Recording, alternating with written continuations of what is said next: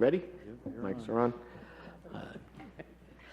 Good evening. My name is Todd Sievert. I am chairman of the Finance Committee. It looks to be, there's a glare there, but approximately about 20 after 6. To my right is Mrs. Westfall. To my left is Mr. Schilling.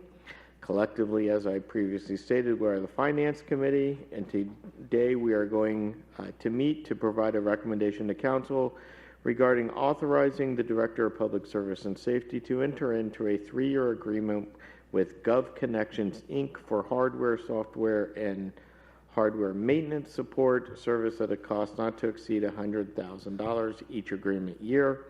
Consideration of emergency legislation is requested to receive current pricing.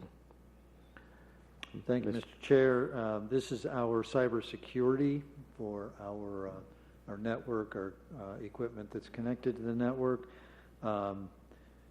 We are at the point where we do need to look at a renewal, and again, 3-year renewal cost is approximately $100,000. That price may fluctuate only because it depends on, or it's based on the number of units or devices that are being monitored. This, as part of our stepped-up cybersecurity, the new agreement will include endpoint protection. For those of us that need it basically explained, that's like having antivirus on your home computer. That's the endpoint protection, although it is pretty much on steroids when it comes to the cybersecurity of the city. So it's a very loose comparison, but that is something new that's on. Again, there will be an 8% increase for year 1. There would be no increase for years 2 and 3. The 8% not only costs it includes inflation, but also the addition of the endpoint protection, which is a significant benefit that our IT department as well as our insurance highly recommend for us to do. We would get the zero. They are rolling this out to the communities as quickly as they can, depending on when their agreements expire, and that's why they're incentivizing us to hopefully get this resolved or get this extended by July 8th or 9th, and so we'd see 0% increase in year 2 and 3. I can tell you that IT is highly satisfied.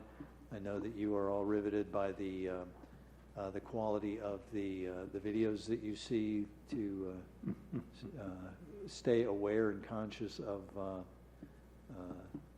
spam and viruses and trap malware that comes through. Some of you more vocally than others, but we are, for that reason, we are asking for emergency legislation.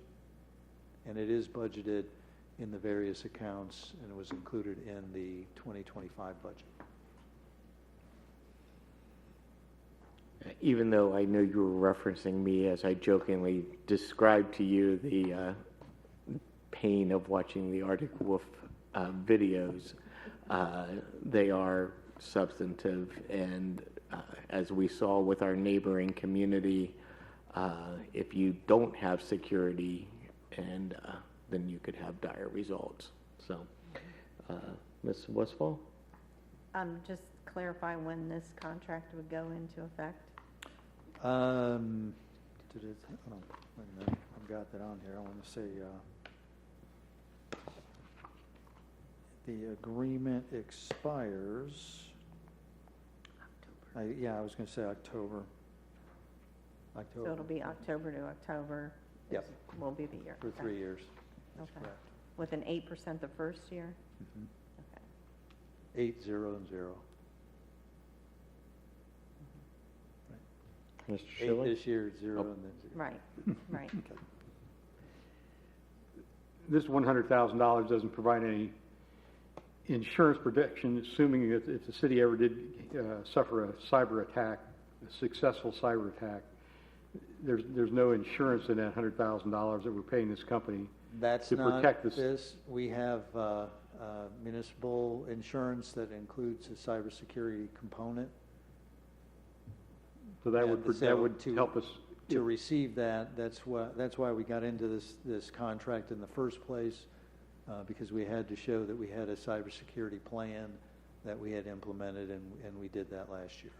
So our insurance would cover some of the costs of the Yeah, I'm not cyber sure attack. what the level and the deductibility and all that other fun stuff is, but there is protection. Okay, thank you. Anybody else on the committee? Any further comments? Any other council members have any comments? Mr. Phillips, you're nodding. Patrick, I see that it specifically does not include cell phones, and I'm not understanding the cybersecurity stuff altogether, but is there a reason that the cell phones are not included in that? Because they're not linked to our servers and within our firewall. Now, if they are, if we connect through AnyConnect or whatever we call that, Fortinet or whatever can link into it, then it becomes a device, but the device is through the connection, not the cell phone per se.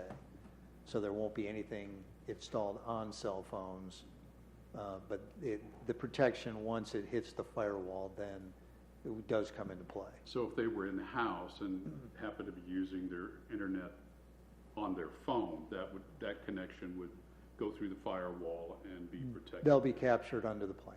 Right, okay, gotcha, all right.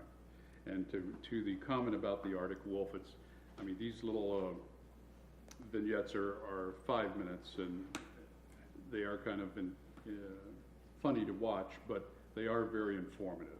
And the last one we had this last week, it drove home to me not only the Kettering issue that came up here some months ago, but how important and how much scrutiny you've got to give your emails. You've got to look at the sender and all of the things, and it's one little false move without any malintent would just be devastating for us. So, thank you. Thank you, Mr. Phillips. Any other council members? Any members of the audience wish to address this issue? Seeing none, I'll lean to my right. How do you wish to proceed, Ms. Westphal? Move forward. Mr. Schilling? Move forward. This is an emergency, right? Correct. Yeah, we need to move forward with emergency on this. So we would have a unanimous recommendation from the Finance Committee to move forward with emergency legislation. Yes. Okay. Anything else before this committee? No, sir. We are adjourned.